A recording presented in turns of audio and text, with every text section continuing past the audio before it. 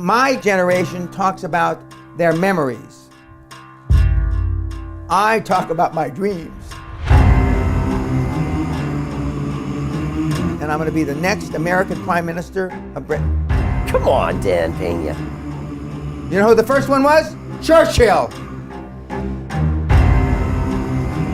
What do you say to people that say, Dan, you promote violence, and we pass that? This is a kinder, gentler world, there's laws, all that stuff. Yeah, I'll say fine, stay poor. When you can take a guy who has amoeba for a brain, and he clocks up 40 million, you are God.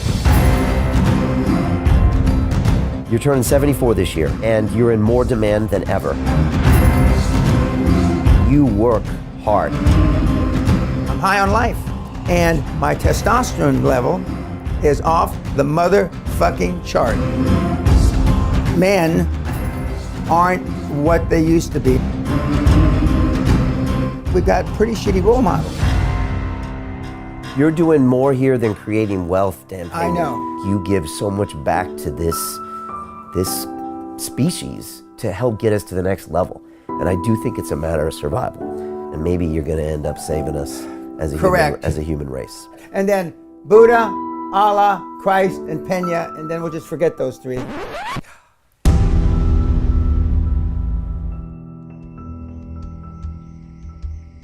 Why wouldn't you drink ayahuasca with me? I'd probably float.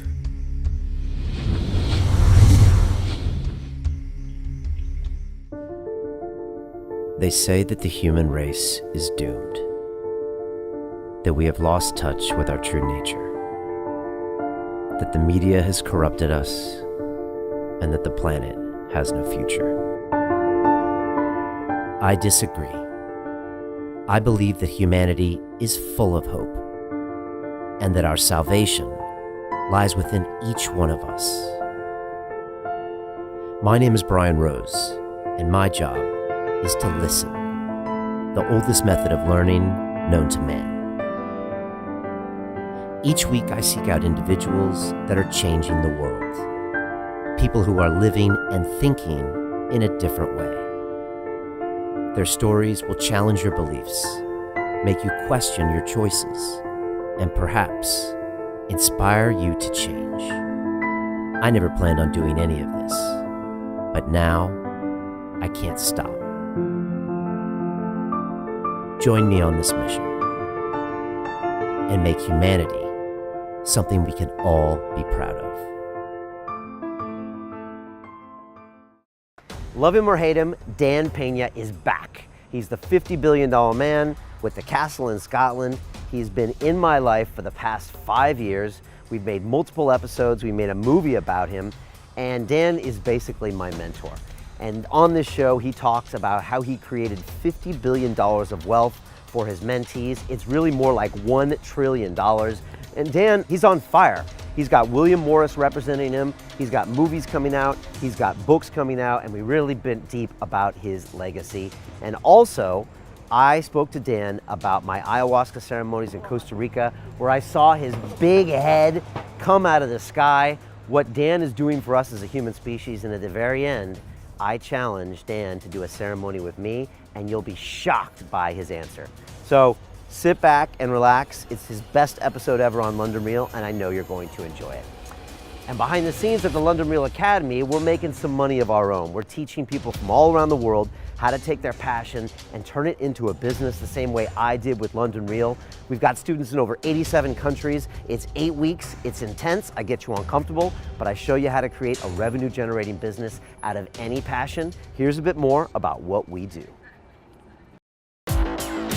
London Real doesn't stop when the conversation ends. You see, that's when we get started. Because everything begins with a thought, and then comes the action. The London Real Academy is our global transformation platform. Here we bring together thousands of students from over 75 countries.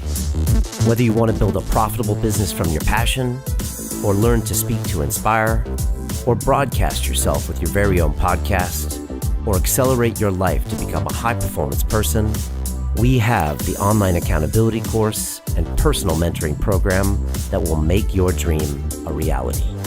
Join us, and we'll take your life to the next level together. Our next accelerator course is starting soon.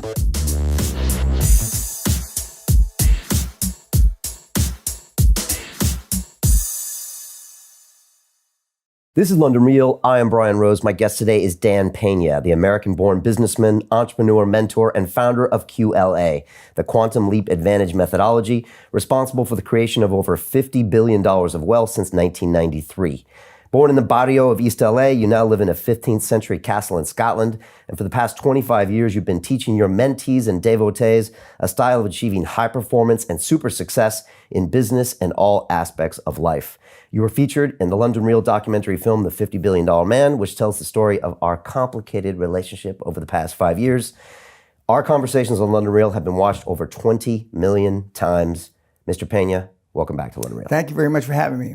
It's my pleasure. I still remember like it was yesterday when you came 5 years ago for that first interview. Almost to the day. Almost to the day. 5 years ago. I checked in the calendar. It's 2 weeks. It was April 4th of, what was that, 2014? Correct. Yeah. And, well, like we said on the show in the very beginning, I said they're either going to love you or hate you. Correct. And at the end, we went out on the sidewalk. We were hailing you a cab. And first you asked if I could see an aura around you, a green glow. And I thought you were crazy. And then you said, Brian, I change people's lives and I'm going to change yours. Correct. And you shook my hand and you got in a cab. Correct. And I went home and I didn't know what happened to me. What happened, Dan? Well, look at how you're dressed now as compared to that first interview. People have commented to me that have been long-standing followers of you that your transition in life has sold more people on QLA than probably anything else I've ever done. God help me. Yeah, seen from that April 4th first interview through the other 4 or 5 interviews, and more importantly, seeing your change, not just from your dress, your demeanor, how you talk, and that you went from if I understood it correctly, a non-pay, for free model, more or less, other than through advertising, to your various different subsets of models that are, creating millions of dollars or pounds, or however you want to calculate it. So that's a big change. But that's what I've done for, the better part of 50 years, only the last 25 years as a coach. I seem to be able to get the best out of them, even if they don't want it. Now, even people that have adopted my methodology before the QLA was actually formed, and more recently, the last 25 years, even if they've only done it 5 or 10%, we've created multimillionaires, billionaires, and more recently, my poster child is a teenager, Josh Kim, who came to me was 17 years old. He's now 21, and he doesn't like me calling him a fucking teenage phenom anymore. He's a former teenage phenom who's now 21, who's flying around in a jet plane, and is a multimillionaire as a teenager. And so all the way up to the largest deal in recorded history, NEOM, which was initiated by Dr. Klaus Kleinfeld, a long-term mentee, and that where they've got $500 billion that the Saudi government is putting in, and since the initiation of it, the IMF and the World Bank have both committed $2.5 trillion on top of the $500 billion. So I could just as easily call myself almost the $3 trillion man. The almost $6 trillion man, 2.5. But 50 billion is gonna, and especially since I have a lot of suits now that say 50 billion. And your suit says $50 billion man on correct. the pinstripe. Pinstripes, correct. I still get a lot of people that say, what's the 50 billion about? I checked, he's not worth 50 billion. And then people try to explain to other people you've created that net worth of equity. Correct. But why don't you call yourself the $6 trillion man now? Other than I have suits that say 50 billion, and the suits are 10,000 pounds a clip. Not bragging, but and I haven't even worn them all yet. It's got a better ring I'd like when we're currently at about, without the IMF and the World Bank, we're currently at about 670 billion. Okay, and I'm going to make it to trillion. So I told my wife that I'm going to work at least until I'm at a trillion, not counting the IMF or the World Bank. But but I don't consider it work. And 50 billion has got a ring to it, and it's all by serendipity that we even started. Because 23 years ago at the Harvard Club, they asked me, I came back for a second time, they asked me, how is your program working out? And I had 5 or 6 of the Harvard Club members had gone to the castle. Well, I said, well, just with the guys here in the room, we created 100 million. And I was looked at with great disdain because they didn't want to talk about money. Mostly because the 95% that didn't come were standing in, like Groundhog Day. They hadn't done anything. And so I didn't talk about money again for 16 years. But you got the idea. These guys made $100 million with my teaching, so this Correct. could be an interesting Correct. metric. And then one of the other guys, who's a great marketing guru, came up with it. He had generated 11 billion in revenue, not equity. Right. And one of my crack staff brought it to my attention. He says, I'm sure that we've got triple or quadruple that in equity. So 10, 12 days later, they came back to me. The first number they came up with was 34 billion we created. And he says, that's just preliminary. Then they put some feelers out. Then we went to 56 billion. And then we went to 64 billion. And then we stuck on, this is almost 10 years ago now, we stuck on the 50 billion. And it's more than enough to show that the system works. And what's most important, and the trouble I had 25 years ago when I first started teaching, coaching, mentoring QLA, is that even though I had taken $800, turned it into 450 million, that's me. They look at my skill sets, my gift to gab, my presentation skills, and then they turn themselves off by saying, we're not Dan Peña, we're not going to be able to do that. So for years, I've been building up a cadre, and now we've got, this is not much of an exaggeration, from Forrest Gump, literally, fucking Forrest Gump IQ types to 180 IQ. And the lower the IQ, the more money they make. Explain that to people. Okay. They don't get that. Okay. Guys like yourself. Yeah, how come I can be successful then? Okay, well, you could be a lot more successful if you had 30 points less IQ. Explain that too. Okay. This guy, everybody knows that you're a engineer, MIT, arguably, if not the best, one of the 2 best engineering schools, scientific type schools on the planet. Okay, and you're a graduate. I've checked. You actually graduated. You have a diploma. You have checked. By the way, Dan checks everybody out with private investigators. Whereas a lot of the guys out there that call themselves PhDs, etc., have no PhDs, or they bought it on the internet. But back to you. Okay. So you're an engineer by definition. Engineers are analytical.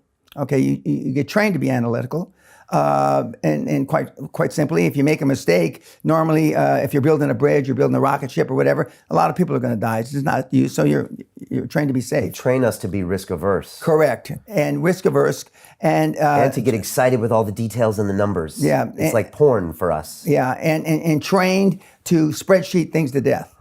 Okay. And what does that mean for people that don't understand? Okay, overanalyze it, analysis, paralysis by analysis. Which means you don't have to pull the trigger. Correct. You can just analyze it all day. Yeah, just because you hit the send button or enter button on the computer, doing the numbers again, that's not taking action. So you overanalyze, you study things, you think of all the possible permutations, all the possibilities of what can go wrong. And if you do that enough, you'll come up with enough reasons not to do it at all. Because taking action isn't doing a spreadsheet. Taking action isn't listening to a podcast. Taking action is not reading a book, okay? Taking action is actually taking action. And that's why when we came up with a phrase to describe QLA, we borrowed Nike's. They say, just do it. So we say, just fucking do it, to add some emphasis to it. And but if you're an engineer, an accountant, a lawyer, a doctor, a scientist, a computer, a PhD, etc. You have learned to study and to take action in a certain fact pattern, okay? And that fact pattern is not a gunslinger, like at the OK Corral, pulling his gun and shooting, okay? That is, well, how's the wind coming?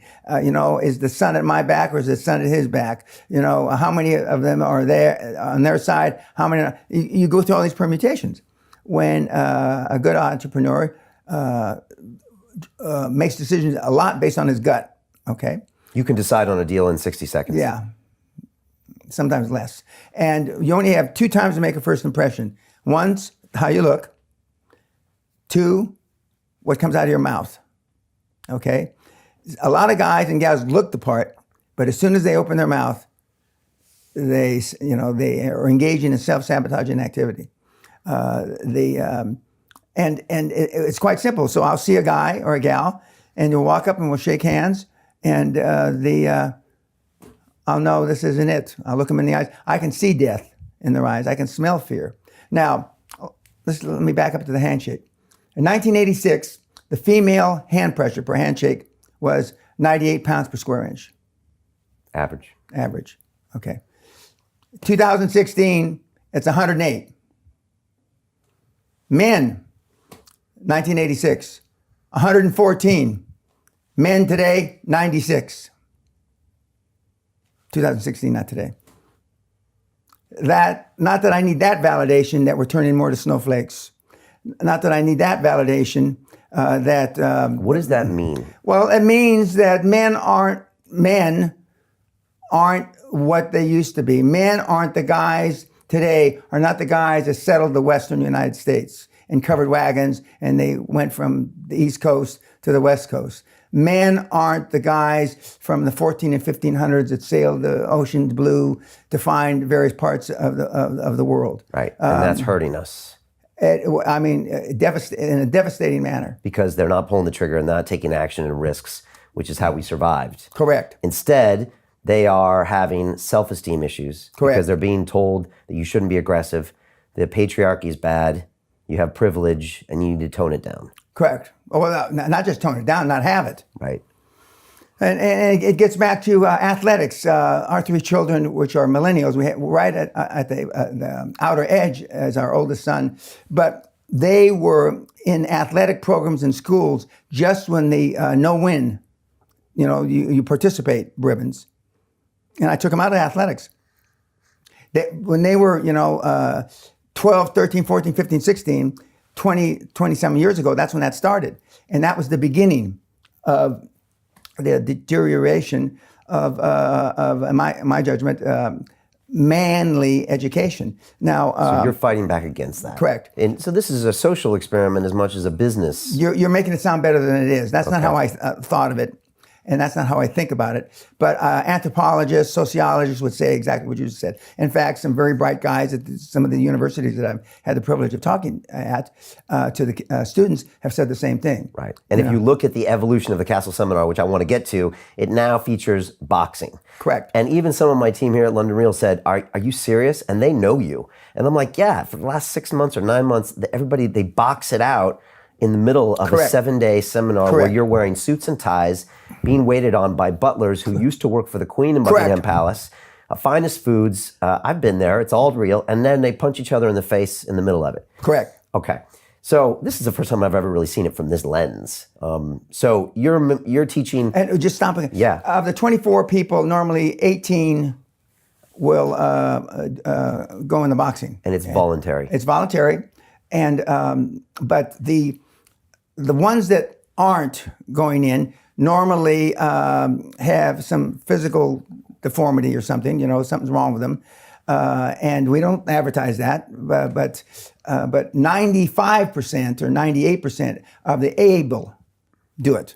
A third of the ones that go in the ring have never been in a fight in their whole entire life, even on a schoolyard as a kid, okay?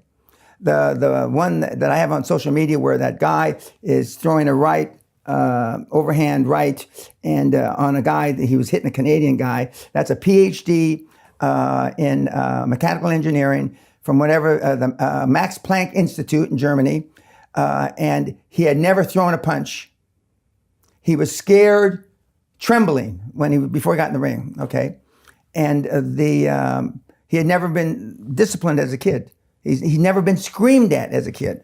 He never, he was a goody little two shoes, PhD, and He was in his suit when he threw the punch, right? no, he wasn't. In the early days, some of the guys were going in barefoot in their some of the suits. guys because they weren't going to fight, and then they got involved in the moment. They hadn't brought the right shit, so then they got involved in the moment because the guys enjoy it. But one of the reasons we came up with the boxing is because before we started the boxing, we had 4 fights and 3 seminars of the guys duking it out. I go to sleep. They never fight when I'm awake. I go to sleep. We say Saturday night, say goodnight, and then in the morning we find out, we've only had a couple of pieces of furniture broken, and the guys bellied up. They paid for it. In the castle, they're fighting, throwing punches after you go to bed. Okay. Correct. And, about a year ago, we had a little Arab guy, who had a little teeny mouse, who had been pushed around by a bigger guy. And graduation night, he cold-cocked him as he was walking through the main hall. Okay, but that's all your fault, right? Because you're alpha, everybody up that the week. adrenaline is pumping. I mean, some of the guys didn't even know what an adrenaline rush was. Okay, so this is a positive thing. Yeah. So look, I remember when I was up at the castle, I said they don't make him like Dan Peña anymore, and we should cherish for what he tells us. You're kind of giving us a glimpse into what we were in the past, and you're trying to remind us that there were good things there. Yeah. And what do you say against all the people that say, well, violence isn't the solution, and we should embrace the feminine side, and all of that stuff? Okay, I'll say if love worked, there would be no personal development. Love doesn't got the job done, okay? Love doesn't work. Religion doesn't work. Nothing works other than if you have self-esteem as a human being. You're a better person, you're a better father, you're a better husband, better wife, whatever the hell, you're a better citizen.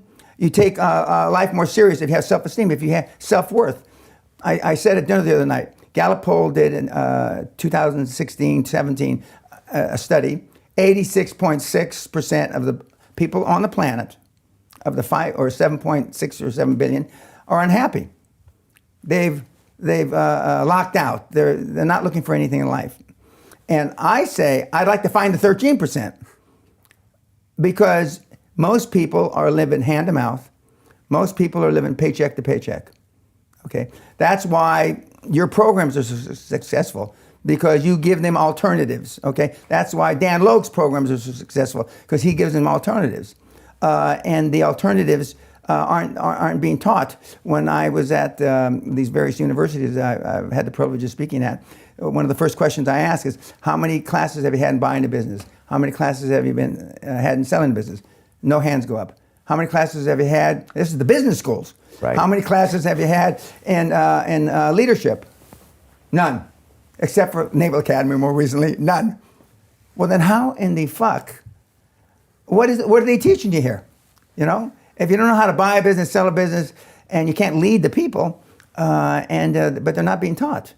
There's that You're many. trying to change all that. Correct. Okay, and what about the women that come? Are you not teaching them try to be men? Because you have women that show up. No. But we had the last seminar, we had 2 women get in the ring. And one of the women wanted to get in the ring with a guy. And I wouldn't allow that. I didn't know what the outcome was. Okay. But the women, I mean, they're throwing punches. Not like, you used to see, scratching the eyes out. They were duking it out. Yeah, they were pretty All good. right, so this isn't a social experiment, but looked at it from a social lens. You're trying to get people to kind of man up. Correct. Get the self-esteem back by any means necessary and start pulling the trigger. As long as it's legal, moral, and ethical. Okay. And what the kids have said, I tell them all, go where there's a rule of law. If there's no rule of law, QLA can't work. Or not can't, much more difficult. There's no rule of law. But morality and ethics swing in the wind, because everybody's morals and ethics are different. And the ethics and morality in Russia is different than in Connecticut, okay? And so that they have to, kind of feel the way through. But what was socially acceptable in the early 80s when I got started, actually the late 70s when I got started, isn't socially acceptable now. They have bad names for people that go around and do some of the stuff that they used to do. So you have to be aware of that when you're doing business. And that's what the Dream Team does. The Dream Team, because it's experience, you've got 100 to 150 years of experience. The Dream Team is there to tell you, what you can do, and they can also tell you how to, you're still going to make mistakes, but not to make the most obvious mistakes. Okay. And look, today I want to get into a few more details of QLA. I want to talk about the Dream Team, and I want to do a couple mini case studies with Josh Kim, Klaus Kleinfeld, and maybe even go into Rick Scott, former senator, former governor, now senator. Correct. Potential president of the United States in 2024. We'll get into that as well. Okay. Back just to finish out our loop on IQs, you're talking about me as an engineer, saying the smarter you are, the more risk averse you are. I'm going to give you a case study. Yeah, give me a case study. Okay, the guy with a closer to 80 IQ was responsible for a 400 million pound deal, healthcare in this country. Okay, he was a joiner, carpenter. Right. Okay, he had 1 O level. For those of you in Britain, you know what that means. He had a D in joinery. Okay, 180 IQ. Let's go up about 80, 100 points. The guy is on the Hall of Fame, and he's doing with his 180 IQ. He went to university 4 days to take 4 finals each year. He never went to class.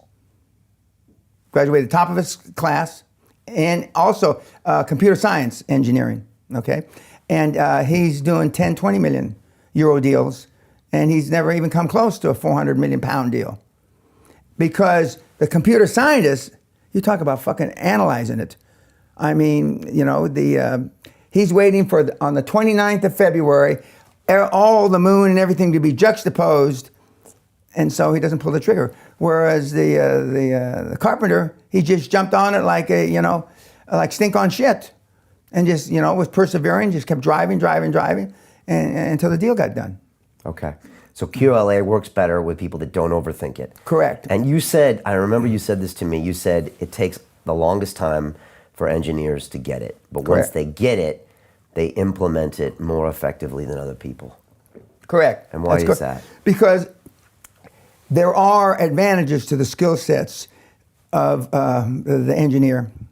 It's no accident that 40% of all the billionaires are engineers. That's not an accident. Okay, and once they get it, and once that penny drops or the shoe drops, whatever the saying you want to use, then they just the world is their oyster. Yeah, what you taught me to do is to engineer risk into my life. Correct. So now every time I'm faced with a decision, or sometimes even when I not faced with a decision, I just think, how can I engineer more risk in this situation? Whereas before, I would try my hardest to engineer less risk in the situation, which meant growth was slow, and I played it safe, and at the end of the day, it didn't matter anyways. What, so a couple people thought I failed? Yeah, so you played, instead of playing to win, you played not to lose. And one of the, not new concept, we talked about it when you were there a few years ago, but because I do change every seminar, and so we start playing with the slides, and we move some of the blocks around. And I'm not sure how I explained. When you start a business from zero, your first 50,000 in revenue is geometric. Your next 500,000. Explain that to people. So when you start a business, any business, those first 50,000 in revenue is geometric. Because it comes from zero, nothing. Right, it goes from 0 to 50. You're just obviously and then 50 from 0 to 500 is geometric. Okay, Microsoft started that way, Facebook started that way, Google. But then what people start doing is they start playing, instead of to win, they play not to lose, and they start not doing the same things that got them the first geometric growth. But the other more important thing, in my judgment, and it's really proven beneficial to the kids in the last year or two, is that first million in revenue, because we buy revenue. It's easier to buy revenue than create it. That revenue that has $1 million now, we don't know how much he spent or they spent to create that $1 million. So when banks see that, you're de-risking the commercial debt. You're de-risking because you're having cash flow, free cash flow that covers debt service based on somebody else. It may have taken them 25 years to get $1 million in revenue. And you're buying it in a week, a month, right. 6 months. And when you say buying it, that's through acquisitions. Correct. Which we're going to cover later with QLA. But it's a really interesting point. You were out in California, one of Elon Musk's companies, Hyperloop, talking to those guys, and you made this point. They had the MIT engineers and everybody out there. They knew my story, but they got it right away. When you say, hey, when you buy that revenue as an acquisition, you basically, you've seen them on this whole journey where normally they would have to take a lot of risk to get that. Correct. You can buy that. Correct. In a heartbeat. And then a big guy stood up, and I don't know if he was an engineer or not, but I know he could block out the sun, he was so big.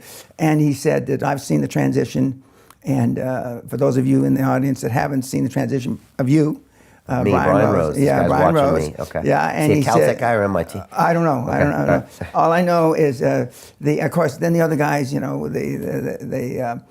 they're skeptics. Engineers are skeptics. They want to put a goddamn rocket ship underground.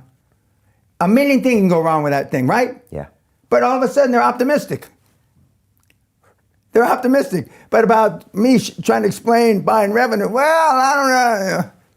But when the engineers get it, okay, they get it. And how does that room full of some pretty high performance people, correct, at a smart high performance guys, company working for probably the highest performance CEO in the world, Mr. Musk, how do they handle it when they now Musk has not disassociated himself. He's turned over the loop. Yeah. Okay. This is that underground high-speed tunnel. There's an Italian guy, and his name escapes me, who's now the CEO of the loop.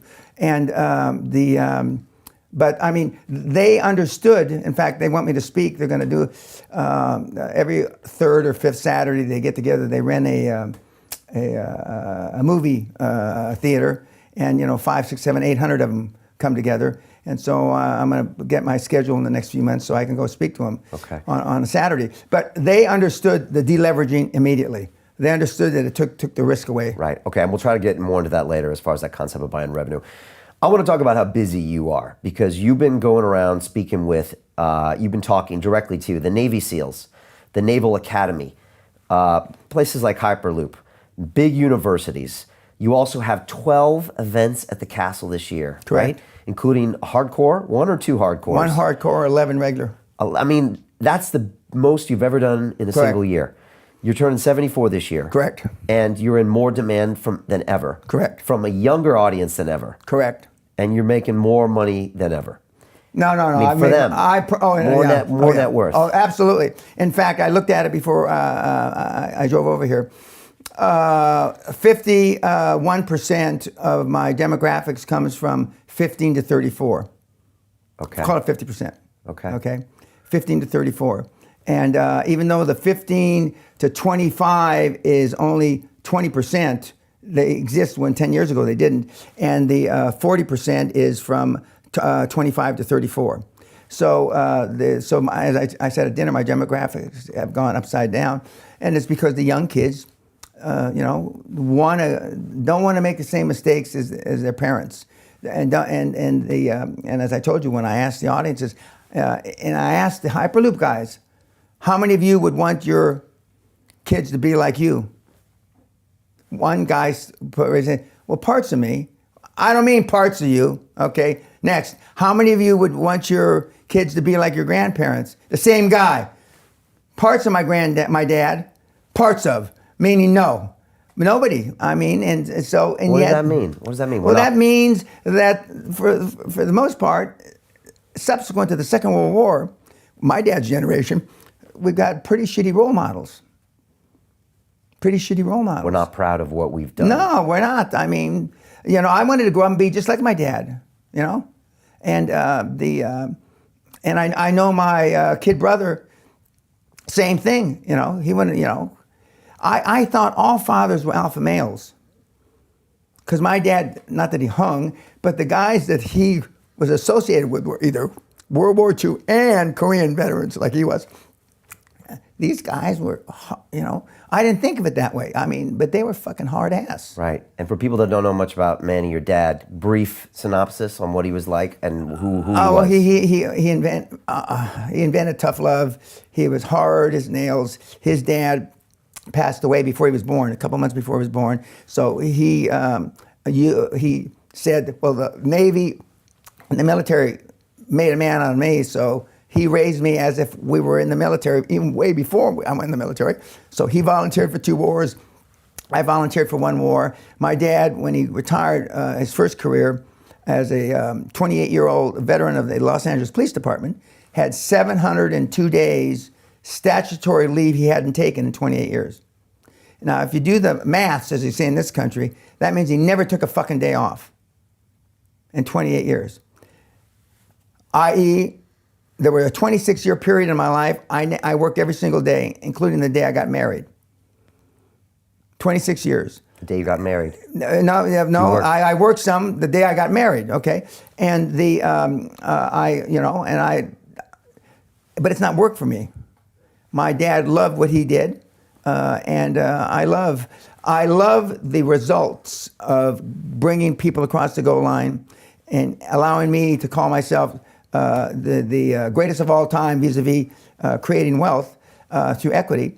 But we're not teaching that anymore. No, we're not. We're not teaching people about holidays and correct time off and four-day work weeks. And they've got another thing. It's not some kind of quick time or something where they don't even keep track of your hours. Oh. They only keep track of you getting the job done, but the bars are so low. I could get the job done in a weekend. I told you the story. Our youngest son, when he was in graduate school, he sent me over 4 case studies, and on a Thursday he said, "Dad, what do you think of these?" And I said, "When do you need the information by?" He says, "Sunday." I spent 8 hours, 4 case studies. I sent it back to him. He thought that I had my students, my mentees, do the work. And when he turned it in, this is 1 quarter's work for a team of 4 graduate students. 1 team. I did it in 8 hours, the work. What the fuck do you do all year? I asked him. He says, well, he said, we study there's nothing to study. These are the facts. I mean, Jesus Christ. You run a couple of numbers, but the kids today have a low benchmark. I think the reason the big schools keep it a 2-year MBA is because they can charge fees for 2 years. That's my own personal opinion, because it can't possibly. During the hardcore, we covered between 32 and 38 cases, just like Harvard, just like Columbia, just like NYU. We do it in 8.5 days. 8.5 days. So no need for these business schools. No. And again, you think they don't teach you how to buy a business or sell a business? No. Back to your father, do you think the greatest gift you can give your children is to be an alpha male?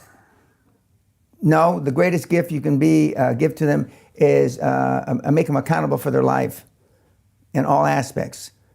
If you're an alpha male, fine. 98% of the high-performance people on the planet are not alpha males. Explain that. Okay? They're beta males, okay? Elon Musk, Warren Buffett, Bill Gates, Zuckerberg, all have one thing in common. They're introverts. They're not alpha males. 98% of the... a few engineers in there. Yep. Okay. Yep. But you don't have to be. All right. But if you want to be a role model, kids don't do what you tell them to do. They do what they see you do. And my grandson, my first grandson that we went to visit here a couple weeks ago in Columbus, Ohio, with our youngest son, Derek, when he got out of the hospital, and I posted it on social media, he's wearing T-shirts, Future Legend. Every single thing that is being done for him is laying the groundwork for him to have high expectations of himself, be a high performer. I know why the Kennedys and the Rockefellers and those people send their kids to those schools, because there's a higher probability that if they were raised in a wealth creation, high performance environment, that it's going to rub off.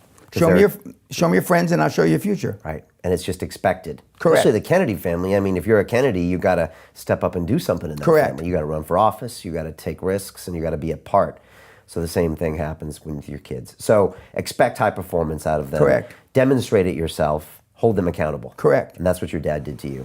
Absolutely, absolutely. And I was a hellion. I did a lot of unsavory shit, And I've told you this before, and I tell the audiences, my parents, especially my dad, only had one goal in life for me, and that was to keep me alive till the age of reason. He didn't know if that was going to be 20, 30, or 40. And the last time I got arrested, I was 31 and a half years old, and I was already successful. Matching Mercedes, Rolls, lived in a Frank Lloyd Wright type house, not a Frank Lloyd Wright, but a house like that, And I was a psycho. What'd you get arrested for? Drunk. Well, allegedly, I assaulted a policeman, but I don't remember that part. I remember getting stopped drunk, and I remember him poking me with his billy club, and which in California, there's no big deal, you know.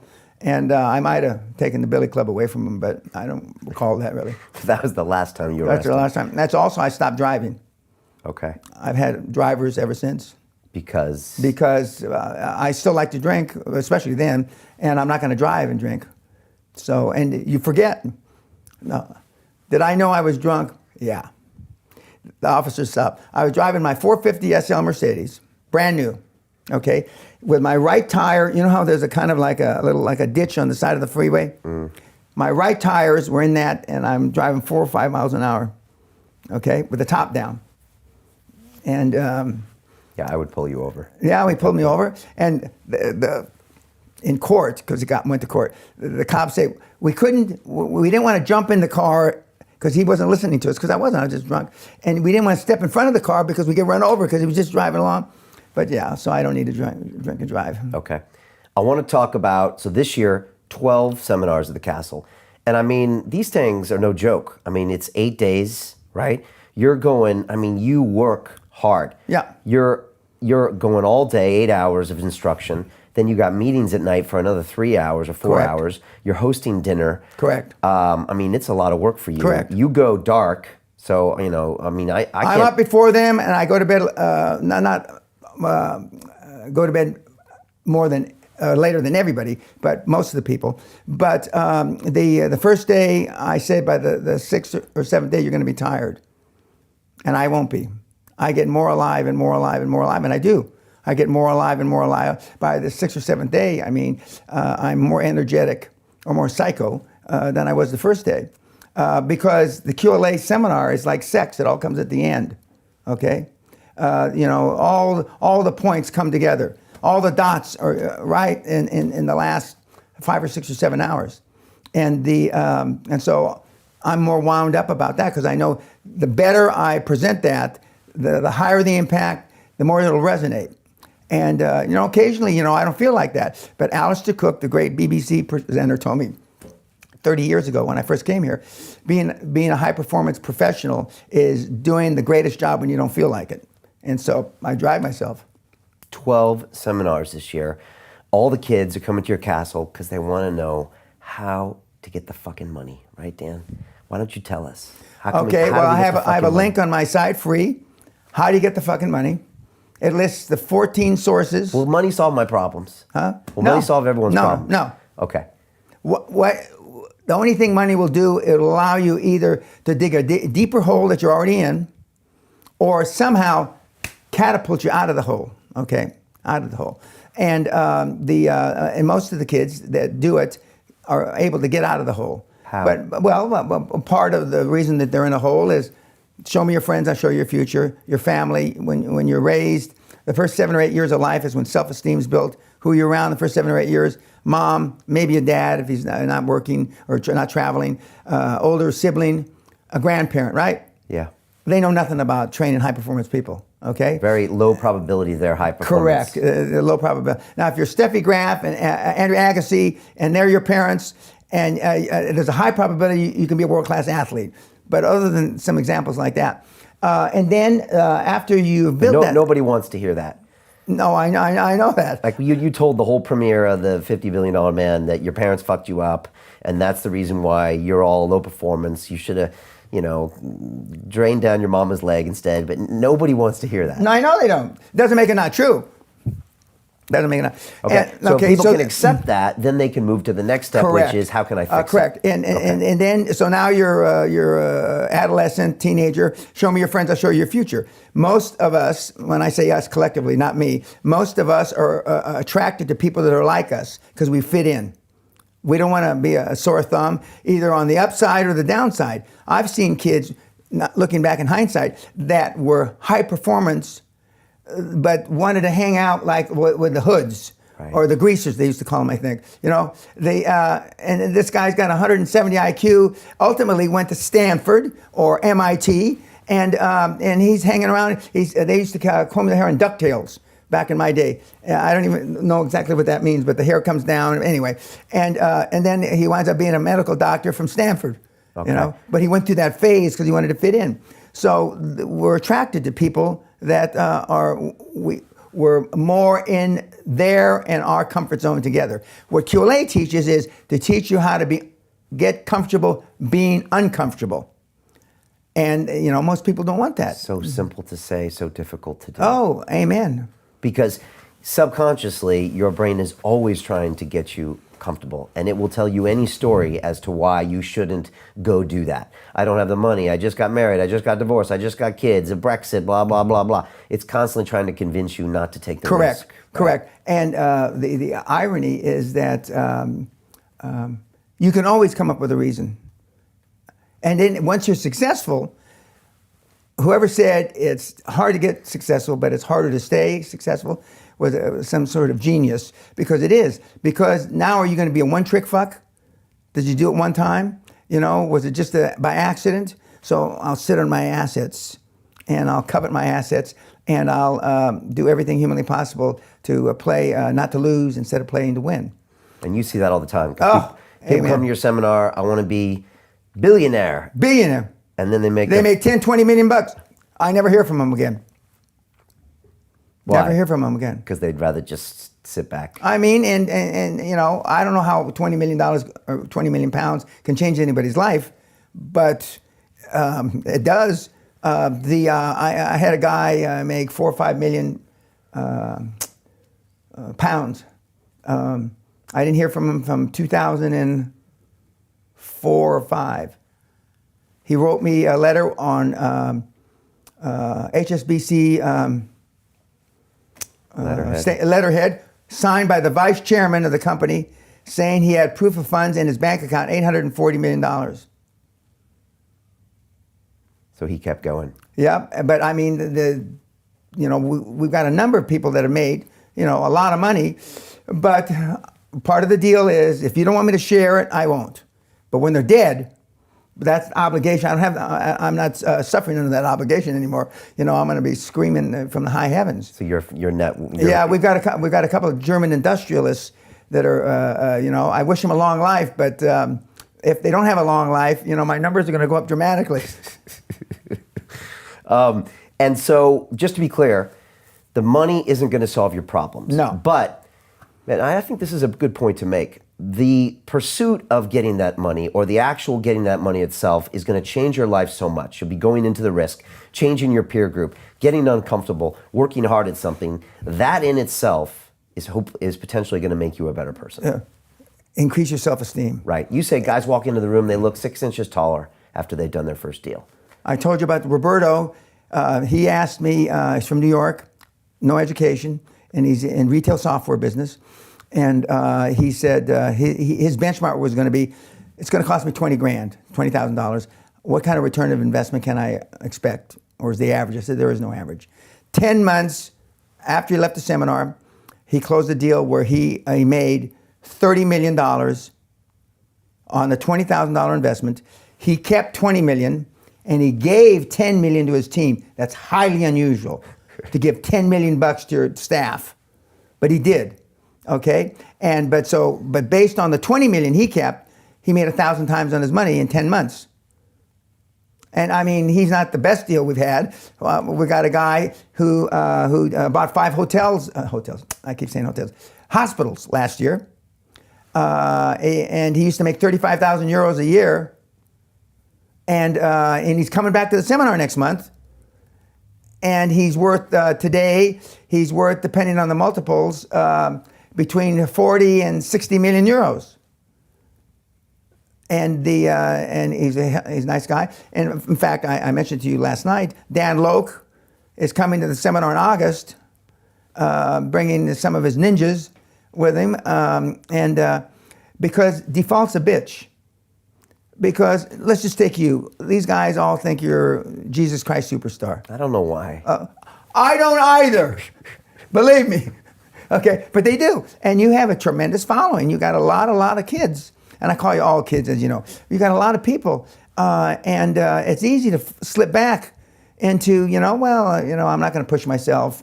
Because when people blow smoke up your ass constantly, 24/7, 365, it's a good feeling, Even the most vigilant, high-performance person will be subjected absolutely. to that. You've seen that. That's why guys like Gates, the late Steve Jobs, Elon, they don't hang. Eagles fly alone.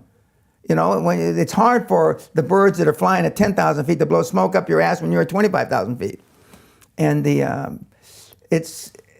but it's not easy. It just isn't. So they're disciplined to go back and correct. get a fresh. They're going back to refresh. Plus, I mean, even the seminar a year ago is different than the seminar today. Okay. Because we take what works today, last week, will be in the new seminar in a couple of weeks. Now, the easiest example to show is from back when the seminar was in the late 90s, early 2000s. We were writing letters. None of this was digitized. Okay, so all our templates were a letter. Okay, we were face to face. Now we have kids putting teams together via Skype and Zoom, and not meeting their whole team. Those are mostly young guys, okay, that their internet skills or social media skills are better. But the older guys, or the guys that are old school, still want to see eyeball to eyeball. So they travel. And I'm a proponent of that method. But I mean, Josh Kim didn't meet everybody up front. I mean, he met a couple of them. Okay. Let's talk about some of this process. As far as what happens at the castle. First of all, how much is the castle experience? Castle experience is 15,000 pounds. Okay, about $20,000. Yeah, that's all in. You got to get there and you got to leave, but we feed you and we do all the stuff. And it's 7 days or 8 days? No, it's 7 days. 7 days. Okay, you can come early if you want. Okay. No, you can't come. You can't come early. We have people at the gate 2-3 days early. Just camping out. No, they want to know if can we just get the I don't want to make a fool of myself the first night at dinner. And not everybody knows how to use forks and knives. I'll just leave it at that. We have some people this is a slight exaggeration, Texas. They put their knife and their fork in their hands like this. Where's the food? And the point is they come to the castle so you can teach them a lot of things. And first of all, you're isolating them from there at the West. I remember when you got me up there 4 years ago, I was like, all right, what's happening to me there? You're isolating me from everybody else. You're going to indoctrinate me with a certain way. I had to dig out my suits from the city that I hadn't worn in 4 or 5 years. I didn't even wear suits at the end of my city career. I was over it. And I got all that up. We're obviously fed by you, butlers, and waiting on you hand and foot. And you get 8, 9, 10 hours plus, actually, because you homework at night and movies at night of QLA 7 days in a row. Correct. That's what happens. Correct. Why do that way? Because no one in the world that I know of does that. Well, one, because it works. 2, I want to get you as uncomfortable as humanly possible from vis-a-vis your old lifestyle. And that does. It starts with the suits, the formal meals.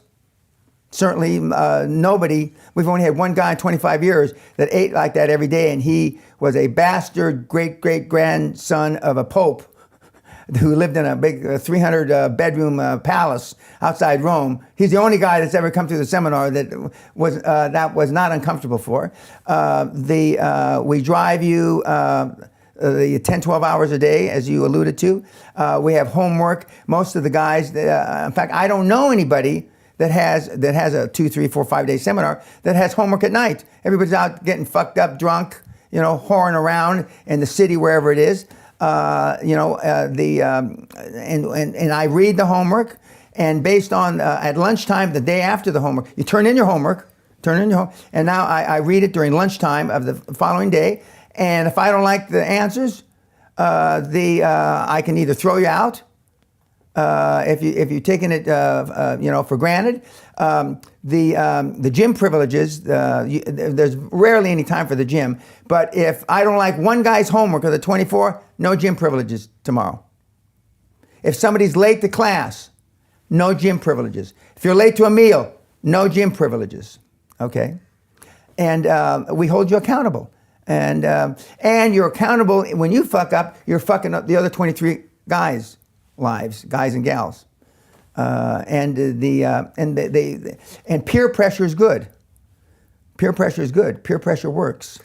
And what kind of businesses are we talking about? And the businesses that you're personally involved in are always only the ones that involve your mentees. Yeah, I don't do anything, and haven't for many, many years, that doesn't come through a mentee that I personally train. Most people don't understand that. Why is that? Well, because then I don't have to program you.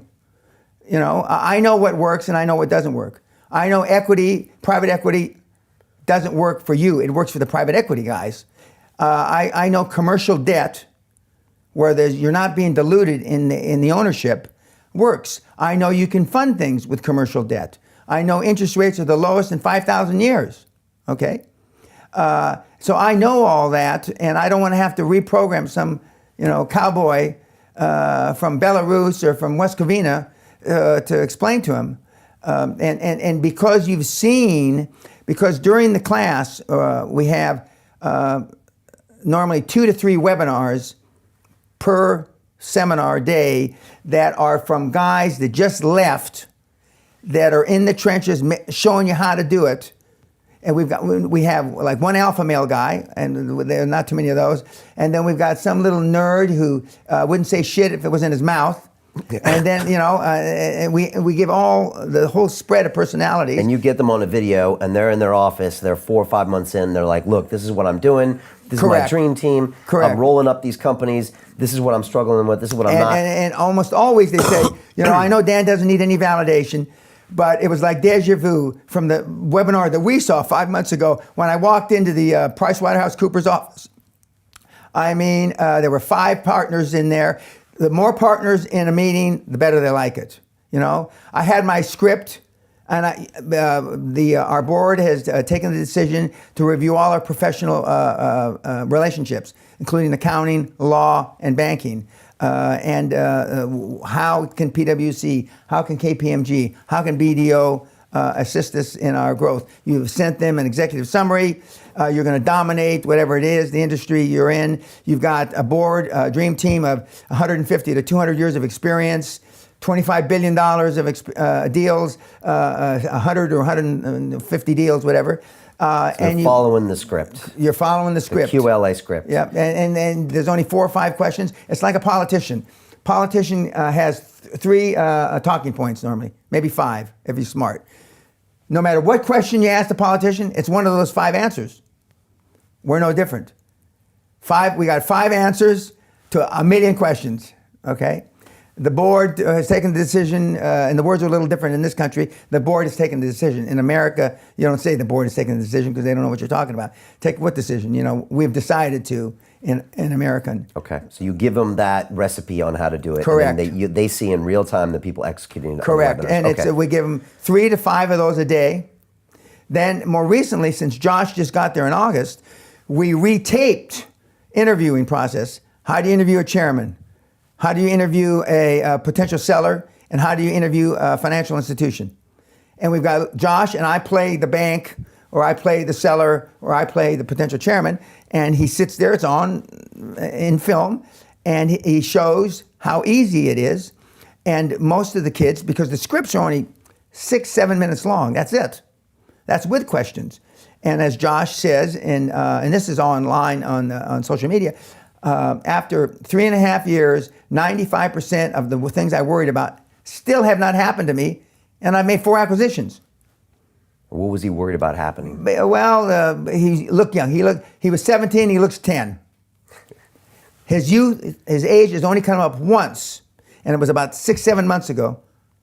In my opinion, it was a jealous 29-year-old banker that saw a kid with no college education, homeschooled, got $10 million in revenue, and he said, well, how old are you? And Josh answered him appropriately. I don't think, age has anything to do with it. We have, 120 years of track record, and we got $9.6 million in revenue. I mean, what's my age got to do with anything? And that's the right way to answer it. Okay. But he's not the. We have other kids, that are in their 20s that are buying business. We had a kid named Chris who closed a deal last day of last year, and people make fun. He bought a $1.3 million business for $1. Motivated seller. He structured the seller's finance just like the guy wanted it for his retirement. They didn't want to go through banking, due diligence. They didn't want to go through quality of earnings and all that crap. The business was simple enough that Chris could figure it out. And and he says, because you have to have, money has to change hands, otherwise it's not a deal. Here's $1. We've had probably 40% of our deals, 2017 and 18, are 100%, owner financed, at least 50% to 100%. We had a deal close a few months ago, 99% owner financed. I said, well, why 99? Because there was a secretary that had 1%.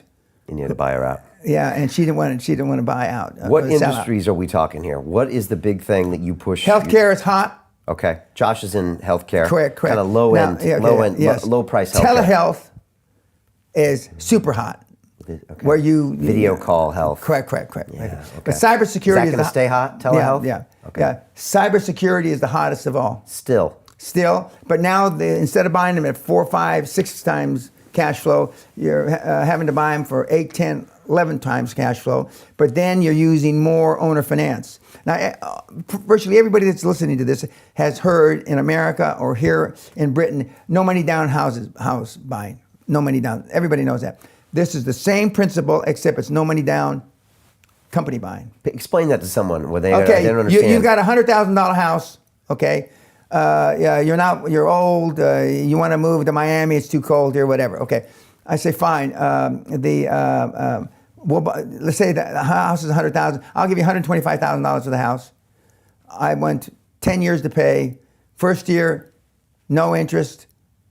Second and third year, interest. Fourth through the 10th year, interest and principal. Amortizing the principal evenly over the fourth through the 10th year. You don't involve a bank, just the seller and you. Seller finances you, basically. Correct. And is interested in you making it a success. Correct. Or he loses. Correct. And the only downside in their mind, what if I default?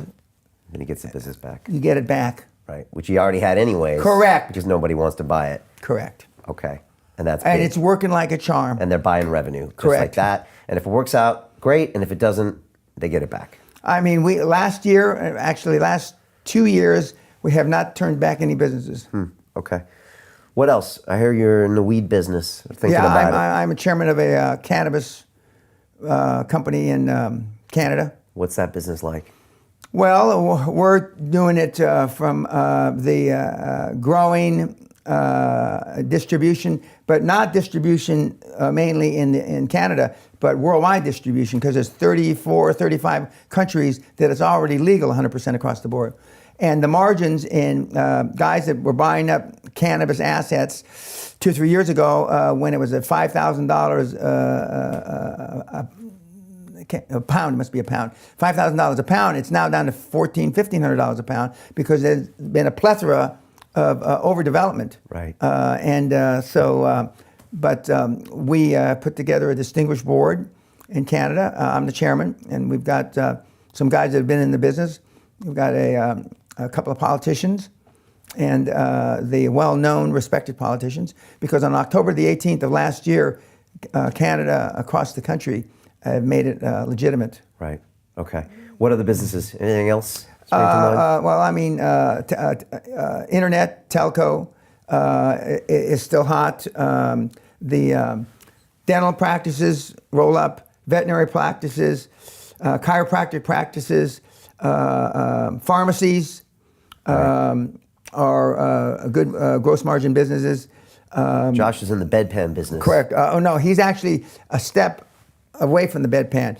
He provides the people that do the therapy on bedpans. Okay. And they outsource it, and that's what. And what does bedpan business mean? Bedpan means when your mother, who's I think just turned 75. Yes. When you get ready again. Did you know where we went for her birthday as well? No. Okay, liar. Okay. All right. Okay. You're watching me. Yeah. Okay. Right. And when you get ready to kick her to the curb, and you don't want her to come and live with you. You've already got too many women in your house.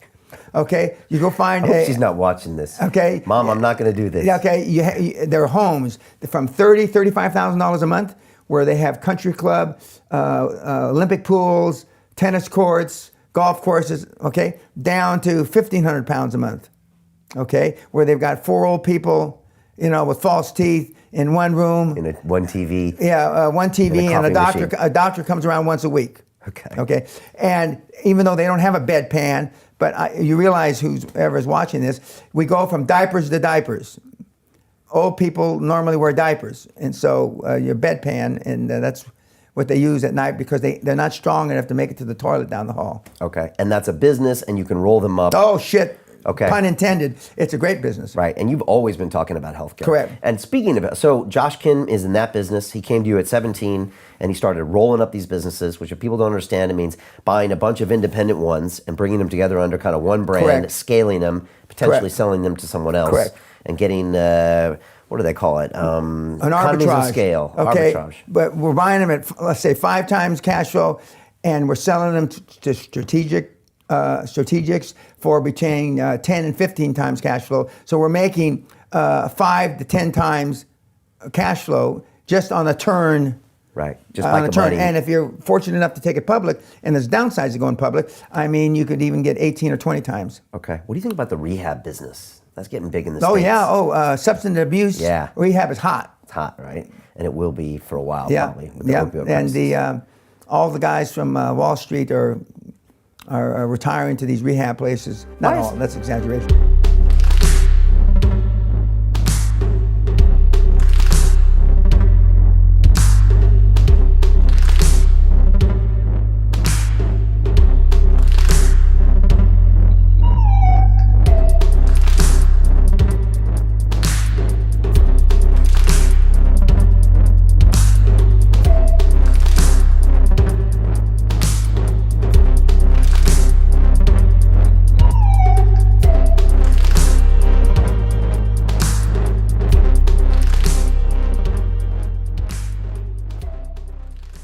Hi, it's Brian Rose from London Real. You probably know that we've just recently been re-platformed on YouTube after 25 months completely in the dark. The truth is, I really need your help. What I really need you to do is click on that subscribe button right now, like this video, and maybe even leave a comment or share the link with friends. We're really fighting against an algorithm that's tried to keep us quiet for so long. And the more subscribers we have, the more people watch our content, the better guests we can bring you, the better content, and we can continue transforming lives. We've been doing this for 14 years now. I want to do this for another 14 years, but I really need your help. So click on that subscribe button, like the video, leave a comment, share this, and we're going to continue to bring you more and more great content. Thank you. Most people will never see this opportunity. Dubai luxury transformation projects have historically delivered 40 to 90% annual returns. That is incredible. These were once reserved only for insiders with access. I spent 15 years on Wall Street, and I learned this: the biggest returns always go to the people who get the call first. Now, you finally can. We've just received a brand new project with major upside potential. Allocations move fast. Click the link, apply now, and speak to my team. This is your chance to see what others never will.